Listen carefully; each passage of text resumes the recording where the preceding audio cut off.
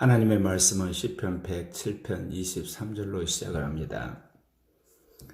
요즘 전 세계가 러시아 우크라이나 전쟁으로 뒤숭숭할 뿐만 아니라 우리가 익히 아는 것처럼 온난화로 인하여서 여러 가지 해풍과 또 지진, 해일, 그 다음에 폭풍, 그 다음에 홍수 여러 가지로 자연의 어떤 여러 가지 피해들, 이게 마음들이 뒤숭숭하며 특별히 예수를 믿는 그리스도인들은 종말이 곧 왔다고 그런 이야기를 합니다. 그러나 제가 늘 말씀드린 것처럼 종말이 오려면 예수님 말씀하신 지상명령이 성취되어야 된다고 말씀드렸습니다. 곧 예수 그리스도의 복음이 이 아시아 모든 사람들에게 들려져야 됩니다. 이 아시아에 대략 한 46억 명의 사람이 살고 있는데 그들이 예수 그리스도의 복음을 들어야 되는 겁니다. 그리고 인류의 타락은 물론이고 전 우주적인 그런 범죄자의 사단과 악한 영들의 권세가 깨져야 되는데, 둘째 하와인 교회가 이 사단과 악한 영들의 권세를 깨뜨려야만 주님 오신다고 말씀을 드렸습니다. 그렇기 때문에 우리가 이런 분명한 그 어떤 주의 말씀을 믿고 이 시대를 분별해야 되거든요. 그러니까 여기저기서 크고 작은 전쟁이 터지고 또 거짓 선지자와 거짓된 사도들이 등장을 하게 되고 그리고 또 이런 여러 가지 엄청난 자연재해들이 일어나고 또한 사회적으로 이 음란한 것과 그리고 거짓됨과 그런 도덕적인 붕괴들이 일어나는 걸 보면서 종말이 왔다고 우리가 쉬이 동심할 수도 있는데, 거꾸로 마귀가 자신의 때를 지연시키기 위해서 말씀드린 세계의 복음화와 또 남은 14만 4천의 거룩한 하나님의 무리들이 일어나는 것을 마귀가 막을 수 있다는 것을 우리가 기억해야 됩니다. 종말의 때와 가장 분별할 수 있는 또 하나의 그 기준이 요한계시록 5장을 보게 되면 일찍 죽임을 당한 어린 양이 보좌에 앉으신 하나님으로부터 두루마리를 그가 받으십니다. 그때 보게 되면 네 생물과 24 장로들이 그 어린 양 앞에 엎드려서 성도들의 기도를 하나님 앞에 올리는 장면이 나옵니다. 그럴 때 이루 말할 수 없는 천사들이 어린 양 예수 그리스도를 찬양하고 존귀케 하는 장면이 나오고, 그리고 이어서 만물들이 또한 어린 양의 그 위대하심과 존귀하심과 거룩함을 찬양하는 대목이 나오거든요. 이건 뭐를 이야기하느냐? 종말이라는 것은 인류사의 종말뿐만 아니라 우주의 종말이거든요. 근데 이 종말의 중요한 건 뭐냐? 성도들의 기도가 하나님 보좌로 상달됐다는 거예요. 제가 늘 말씀드린 것처럼 여기서는 신자의 기도가 아니에요. 교회의 기도가 아니라 성도들의 기도. 그러면 성도는 누구겠어요? 이 땅에 우리가 부귀영화라든지 이 땅에 어떤 그 성공이나 이게 관심이 있는 게 아니에요. 오직 하나님 나라가 이 땅에 이루어지기를 바라면서 하나님 말씀에 따라서 성령의 순종해서 거룩하게 사는 자들이거든요. 그들이 뭘 놓고 기도하겠습니까? 자기 성공을 위해서, 부귀를 위해서, 편안함을 위해서, 안락을 위해서, 흔히들 말하는 자기 교회 부흥만을 위해서, 어떤 예배당을 키우기 위해서, 아니면 이 세상에서 자신이 유명하게, 아니에요. 하나님의 나라와 예수 그리스도의 그 복음이 이루어지고 주님이 이 땅에 다시 오시기만을 위하는 거룩한 성도들의 기도거든요. 그 기도가 하나님 보좌로 올라갔을 때 하나님께서 그거를 들으시고 이제 마지막 종말의 심판을 시작하시는 거죠. 그렇기 때문에 우리가 이제 이 아시아 선교를 앞에 두고 거룩한 성도들을 일으켜 세우려고 하는 거고, 그들을 앞에 하나님 앞에 올라가는 그 기도를 응답받을 때 주께서 말씀하신 이 아시아 복음화가 끝나고 또한 주님이 예비하신 14만 4천의 무리가 이제 충만케 되어서 사단이 꺾임으로 주님은 이 땅에 재림을 하실 것입니다. 이런 과정 속에서 성도들이 기도를 할 때 뭐를 놓고 기도를 하겠습니까? 성경에서 말씀 그 모든 말씀이 이루어지고 그 말씀을 우리 하나님께서 신실하게 지킬 것이라는 그거를 믿고 기도하는 거거든요. 정의롭고 인자하신 하나님, 공의롭고 그리고 그 모든 약속을 성취하신 하나님, 그럼에도 불구하고 영혼을 사랑하시고 한 영혼이라도 영생일로 인도하기를 원하신 예수 그리스도, 그리고 당신이 약속하신 대로 반드시 오셔서 이 적그리스도 세력과 그 악한 자를 심판하신 예수 그리스도, 그리고 연약하지만 우리 안에 오셔서 우리에게 여러 가지로 모든 것들을 공급해 주시고 생명을 주시고 계시하신 영, 특별히 우리와 연합함으로 우리를 그리스도의 장성한 분량에 이르게 하시는 그 성령의 인도하심을 그대로 믿고 따르고 실천하는 성도들이 출현해야만 주님의 재림이 완성된다는 겁니다. 그런 의미에서 우리는 삼위일체 하나님께서 우리 가운데 행하시는 그 모든 일들을 삼위적으로 깨달아서 그리고 그걸 믿고 실천하는 성도들이 되는 것이 무엇보다 하나님이 기뻐하는 이 시대에 올바른 그리스도인의 삶이라고 생각합니다. 오늘 말씀해 보면 이제 그 당시 배를 타고 사람들이 바다에 나갔을 때 그 바다에 이는 그 풍랑들과 그리고 여러 이제 그 물결에 횡행하는 거 보고 얼마나 사람들이 놀라겠습니까? 오늘날은 배가 뭐 10만 톤, 20만 톤 그 엄청난 배들이기 때문에 어지간한 그런 태풍이라든지 그런 물결에 사람들이 부안해동하지는 않지만 그 당시 같은 경우는 기껏해야지 뭐 10톤, 20톤 그리고 전부 다 그 바람으로 가는 범선들이었기 때문에 그게 더했겠죠. 여호와께서 행하신 일들과 그의 기이한 일들을 깊은 바다에서 보나니 이제 그걸 볼 때마다 여호와께서 명령하신 광풍이 일어나서 바다 물결을 일으키는 거죠. 그래서 그 태풍에 이제 바다 물결 하늘로 솟구쳤다가 또 기풍으로 쭉 내려갔다. 그것이 이제 배를 올렸다 내렸다 할 때 그 영혼이 녹은 그 경험들을 이야기하는 겁니다. 그러니까 우리가 살고 있는 이 삶의 모든 환경, 특별히 바다에서 이 배를 띄우는 사람들에게는 그 태풍과 바람과 그 물결, 그것 때문에 그들이 애간장이 타고 어떻게 보면 그 영혼이 녹는 그 모습을 통해서 인간은 아무것도 아니라는 것, 하나님께서 이 바다에 떠있는 배 위에 있는 그 어부들의 그 모든 생사를 주님이 주관하시는 그 고백을 하는 겁니다. 그들이 이리저리 구르며 취한 자같이 비틀거리니 그들의 모든 지가 혼돈에 빠지는 거다. 그런 자리에 가게 되면 인간이 그렇게 대단한 것 같지만 그 순간만은 아무것도 아니란 그런 것을 우리가 경험하게 되잖아요. 그럼 이것을 왜 이야기를 하느냐? 우리가 이 땅에 살면서 겪는 여러 가지 환난과 어려움을 이렇듯 풍랑이는 바다 위에 떠있는 그 배의 어부들의 심정 속에서 우리가 어떤 태도로 살아야 될 것을 이야기를 하시는 겁니다. 이에 그들의 고통 때문에 여호와께 부르짖음에 그가 그들의 고통에서 그들을 인도하여 내시고 광풍을 고요하게 하사 물결도 잔잔하게 하시다. 성경에서 일관되게 말하고 있는 신앙이라는 것은 삼위일체 하나님께서 당신의 계획에 따라 우주 만물을 이끌어 가시고 그를 섭리를 하지만 당신의 백성들의 기도를 들으셔서 하나님이 우리의 삶의 모든 환경을 바꾸신다는 믿음입니다. 우리가 자칫 하나님의 전능하심이나 전지하심, 위대하심, 무소부재하심 이것을 고백하고 찬양하고 경배하는 건데 한 단위 잊어버리는 것이 있어요. 그 하나님이 우리의 기도를 들으시고 우리의 기도에 대해서 응답하셔서 우리의 삶에 간섭하신다고 하는 또 다른 차원에서 하나님과 우리의 관계를 우리가 잊어서는 안 되는 겁니다. 오늘 시편 기자가 그 이야기하는 거예요. 그들이 고통 가운데 여호와께 부르짖었더니 하나님께서 그들을 고통 가운데 인도해 내시고 강군도 다 고요하게 하고 물결도 잔잔해서 평안하게 하셨다. 그 이야기를 하는 거죠. 그래서 결국은 평안한 가운데 그들을 주님이 인도하셔서 그들의 항구로 무사히 도착하게 하셨다. 우리가 이런 믿음을 살지 않습니까? 이런 가운데서 우리가 또한 신약시대에 드러난 비밀이 뭐냐? 우리의 기도를 응답하시는 하나님이 아예 우리 안에 들어오셔서 영으로 우리와 교제를 하고 우리에게 직접 말씀하시고 영원한 생수를 주신다는 그 놀라운 사실입니다.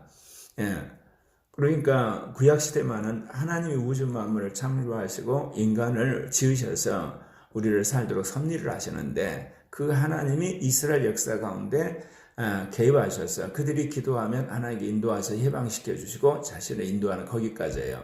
그러나 신약 시대를 사는 우리들에게서는 또 하나 그 성령께서 우리 안에 오셨다는 거죠. 그래서 우리를 그와 같이 내버려 두지 아니하시고 직접 우리와 동행하는 하나님이라는 것을 증언하고 있는 겁니다. 그래서 제가 무엇보다도 성령과 동행하심, 성령의 음성을 듣고 성령과 더불어 살아가는 신앙을 강조를 하는 겁니다.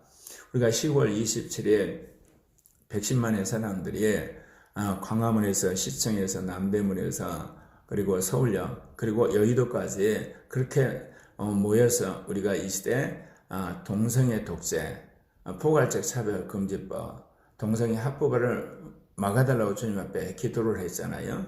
하나님께서 그거를 들으셨을 거예요. 어떤 식으로든지 한국의 정치나 이 사회, 그리고 언론, 교육 분야에 주님 간섭을 하실 텐데, 그런 응답하신 하나님을 믿을 뿐만 아니라 이제 우리는 그 성령의 인도를 따라서 이제 그 일을 이루기 위해서 우리가 어떻게 살 것인가, 그리고 어떻게 싸울 것인가, 그러한 주님의 음성을 듣고 실천하는 것 또한 오늘 이 시대에 우리가 크리스찬으로 살아갈 새로운 패러다임이다, 그 이야기입니다. 오늘 여기 보면 여호와의 인자하심과 인생에 행하신 기적으로 말미암아 그를 찬송할지로다. 바다에서 가끔 배를 타고 사는 이게 어부들의 심정은 어떻겠습니까? 평온했을 때는 그가 바다로 가서 여러 가지 물고기를 잡고, 그리고 여러 가지 그 쳐놨던 발에서 그 해삼이나 이런 것들을 그들이 수확해 오지만, 뭐 5m, 6m 그런 파도가 칠 때 배가 이제 완전히 그 가랑잎처럼 올라갔다 내려갔다 자칫하면 뒤집혀 같은 속에 간장이 녹죠. 그럴 때 하나님을 찾게 되고 하나님의 어떤 간섭하심 우리가 바라게 되는 거잖아요. 우리 인생에 그럴 때가 있다는 거죠. 평소에는 이런 잔잔한 바다처럼 별 어려움이 없을 때는 우리가 모든 걸 할 수 있는 것 같지만, 우리가 도저히 할 수 없는 엄청난 어떤 사회적인 그리고 자연적인 재앙이 올 때 우리는 하나님을 부르짖게 되는데, 평소에 우리는 하나님과 그런 교제의 삶을 살아야 되겠죠. 네. 백성의 모임에서 그를 높이며 장로들의 자리에서 그를 찬송할지어다. 그러니까 그런 하나님에 대해서 기억을 하고 우리가 사람들 앞에서 간증할 뿐만 아니라 또한 여러 지도자들 앞에서 하나님을 찬양하고 경배하고 그분의 어떠하심을 증거하는 것이 무엇보다 필요하죠.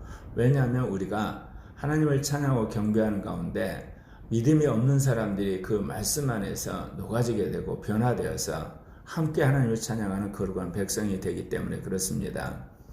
이스라엘 민족이 출애굽을 해서 가나안 땅에 안착하기까지 하나님이 그들과 함께 하심으로 그들에게는 하나님은 전지하시고 전능하실 뿐만 아니라 자신들과 함께하는 하나님이라는 그런 굳건한 믿음이 있어 그게 대대로 후손들에게 이어지게 돼서 오늘날 세계 여러 민족 가운데 유일하게 2500년 동안 나라를 잃어버렸음에도 불구하고 다시금 나라를 세울 수 있는 그런 기적을 행하는 민족이 되었던 거죠. 그래서 우리는 하나님이 나에게 행하신 것을 내가 기억해서 그거를 믿음으로 간직을 하고 위기 순간에 그 믿음으로 뚫고 나갈 뿐만 아니라 우리의 후손들에게도 그것을 알려서 그들 또한 그런 믿음에 살도록 해야 할 의무가 우리에게 있는 것입니다. 여호와께서는 강이 변하여 광야가 되게 하시며 샘이 변하여 마른 땅에 되게 하시며 주민의 악으로 말미암아 옥토가 변하여 염전이 되게 하시고 광야가 변하여 못이 되게 하고 마른 땅이 변하여 샘물이 되게 하신다. 그러니까 하나님께서 이 우주 만물과 이 자연의 생태계들 그리고 우리의 살고 있는 이 사회적 환경, 정치적인 환경 모든 것들을 주관하신다는 겁니다. 그러니까 이 피조세계에 일어난 모든 것은 하나님의 주권 안에 있다는 거예요. 그래서 그분을 우리가 찬양하고 그분의 약속을 믿고 나가는 거죠. 강이 변해서 광야가 된다. 하나님이 그렇게 하실 수 있잖아요. 예. 강을 다 마르게 해서 그것이 사막처럼 변해버리고 또 샘의 물이 다 말라가지고 마른 땅에서 전혀 먹을 수가 없는 그래서 이 아프리카에 이 사하라 사막이 굉장히 넓어져 가잖아요. 그리고 몽골의 사막화가 진행되어 있고 이게 남미도 그렇다는 거예요. 미국도 그렇고. 왜냐하면 이상 난동으로 이제 기후가 변화되면서 여기저기 사막화가 진행된다는 거죠. 이것은 인류에게 경고하는 말이기도 한데 그것을 통해서 이야기를 하는 바, 하나님은 이렇듯 강도 변해서 광야로 만들고 샘이 변해서 땅이 되어버리게 하는, 그리고 그 주민의 악으로 말미암아 옥토가 변화 염전이 되게 한다. 모든 농작물이 무성하게 자라고 비옥하게 자랐던 그 옥토가 변화 염전이 되니 그 모든 농작물이 죽는 거 아니겠습니까? 그리고 광야가 변해가지고 이제 거꾸로 이제 못이 되게 하고 마른 땅이 왜 샘물이 되게 하시나. 그러니까 이젠 도저히 살 수 없는 상황인데 우리가 하나님의 은혜로 풍성한 수확을 얻을 수 있도록 또 바꾸어 주시는 하나님, 줄인 자들로 거기에 살게 하고 성읍을 준비하게 하시는 이 모든 하나님, 그러니까 하나님 흥하기도 하고 망하기도 하고 세우기도 하고 깨트리게 하신 그런 주권과 그런 권세를 가진 분이 하나님이라는 거죠. 그것이 우리의 어떤 고백과 찬양으로 끝나는 게 아니라 그거를 들으시는 하나님이 실제로 역사 속에 개입하는 거예요. 지금 우리의 상황이 굉장히 어려워지잖아요. 이제 그동안 우리나라가 이 방공과 산업화 민주화를 거치고, 그리고 산업에 있어서도 이 제조업 중심에서 IT 분야로 왔는데 이제는 AI와 문화사업으로 바뀌었는데 그 패러다임이 바뀌지 않아서 지금 어려움을 당하고 있는데, 그럼에도 불구하고 하나님께서 이 한국 교회와 한국을 생각하셔서 간섭하실 거라 저는 믿거든요. 이걸 놓고 또 우리가 기도하고 있고, 이번에 북한이 러시아 우크라이나 전쟁에 참여를 하게 됐잖아요. 그래서 세계 모든 나라가 여기에 대해서 주시를 하고 있는데, 나는 이것이 남북한 통일로 이어지는 또 다른 징검다리가 된다는 거죠. 김정은 정권은 이거를 살기 위해서 자신이 그 몇천억의 어떻게 보면 러시아로부터 원조를 받기 위해서 이 전쟁에 참여를 했지만 도리어 이것이 북한 정권을 무너뜨리는 그런 이게 불쏘시개가 될 거라고 저는 생각을 합니다. 하나님이 우리의 기도를 들으시고 또 한국을 통해서 아시아 세계에 선교를 하는 주님의 계획이 있기 때문에 주님이 이런 역사의 객변기에 나름대로 자신들이 이게 올바른 길로 생각하지만 도리어 그것이 폐망의 지름길로 가는 그런 악수가 된다는 거죠. 밭에 파종하여 포도를 재배하고 풍성한 소출을 거두게 하시는 분이 하나님이시고, 복을 줘서 크게 번성하고 그의 가축이 감소하지 아니하게 하실지라도, 이제 우리가 그런 하나님의 그 놀라운 역사가 있는데, 주님이 그런 소리를 불구하고 우리가 하나님 앞에 경거망동을 하고 대적을 하고 악한 짓을 하게 되면 다시 압박과 재난과 우환을 통해서 그들을 수를 줄이고 낮추시게 하는 하나님. 그러니까 우리가 삶에 있어서 알파 오메가 아니라는 거죠. 시작과 끝이 아니고, 우리가 그 모든 것들을 결정하고 결산하는 게 아니라 하나님이 시작과 끝이고 하나님이 처음과 나중이고 하나님이 알파 오메가라는 거. 여기서 이제 우리가 알 수 있는 것은 하나님이 모든 것을 계획하시고 모든 결과를 심판하는데 인간에게 자유의지를 주고 자유성과 자유감성, 자유인격을 주셔서 그걸 위임했다는 거죠. 그리고 그것에 대한 평가를 또 하나님이 하시는 거예요. 제가 성경을 보면서 참 깜짝 놀란 것은 하나님과 우리의 사이에 어떤 관계를 맺는데 그 모든 일의 시작이라든지 처음이라든지 그런 것들은 다 하나님이 주도를 하셔요. 그거를 인간의 어떤 이성과 양심과 마음과 어떤 그 환경을 통해서 깨닫게 하시고, 그래서 이제 인간이 자유인격을 가지고 그 일을 하게 되잖아요. 또 그 과정에서 주님 지켜보시죠. 그리고 그것이 끝났을 때 주님은 거기에 대해서 이제 끝을 마무리 짓고 심판을 하고 거기에 대해서 보응을 하시는 분이시라는 거죠. 그래서 하나님과 우리의 사이가 주거니 받거니 하는 관계이기도 하지만 출발은 항상 하나님께 있는 거예요. 마지막 결산도 하나님께 있고, 그래서 우리가 겸손해야 되고 늘 하나님의 붙들림 받은 주님과 교제를 하는 사람들이 돼야 되는 겁니다. 예. 여호와께서 고관들에게 능력을 쏟아 부으시고 길 없는 황야에서 유리하게 하시나 궁피고 한 자는 그의 고통으로부터 건져주시고 그의 가족을 양떼같이 지켜준다. 그러니까 하나님께서는 하나님의 말씀을 어기고 대적을 하고 악을 행한 사람들은 능력을 베푸시고 심판을 하시는 거죠. 그래서 그들의 먹을 것이 억해버리는. 그러나 궁핍간자 하나님께 부르짖게 되고 또 주의 긍휼을 구하는 자에게는 하나님께서 그 가족들과 양떼들을 돌봐주신다는 거죠. 이것을 이제 저는 200개 나라에 우리가 적용을 하자면 지구상에 200개 나라가 있지만 하나님께서 그들 나라 중에서도 하나님을 찾고 경외하고 하나님 쓰시겠다고 작정한 그 민족은 위기 가운데 거꾸로 더 한마디로 치고 나가게 하시고 그래서 이제 약소국에서 강대국이 되게 하고 영향력이 없는데 영향력 있게 하고 그리고 수많은 민족들에게 핍박을 받았는데 이제는 여러 나라를 호령할 수 있는 그런 나라로 바꾸시는데 바로 그런 나라가 저는 코리아라고 믿습니다. 하나님께서 그런 말씀을 주셔서 교회 이름도 코리아라고 지은 이유가 그거예요. 이제 그 때가 온 겁니다.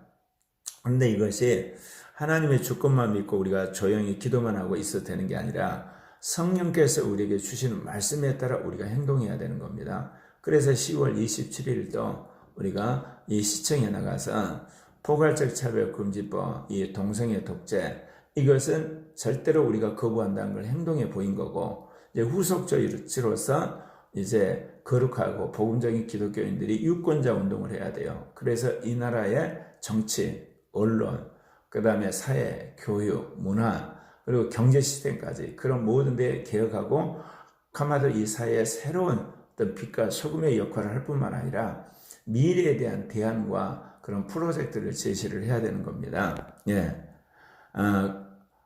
우리가 믿는 하나님은 공의로운 하나님이고 그 하나님은 전능하신 하나님인데 하나님의 백성과 함께 하신다는 거죠. 그리고 성령을 또 직접 계시하고 우리로 하여금 선제적으로 살게 하셔요.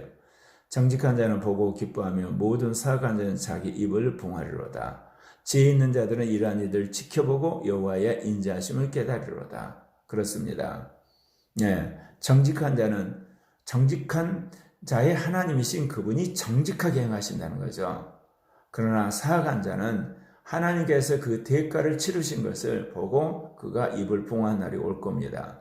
그래서 지혜 있는 우리는 이러한 모든 것의 결말을 알았으니까 하나님의 그 인자하심을 알고 그분의 간섭하심과 그의 약속을 지킨 걸 믿고 어떤 어려움이 있더라도 그걸 뚫고 나가야 될 뿐만 아니라 이제 대한민국의 미래에 대한 대안과 대체 세력이 돼야 되는 겁니다.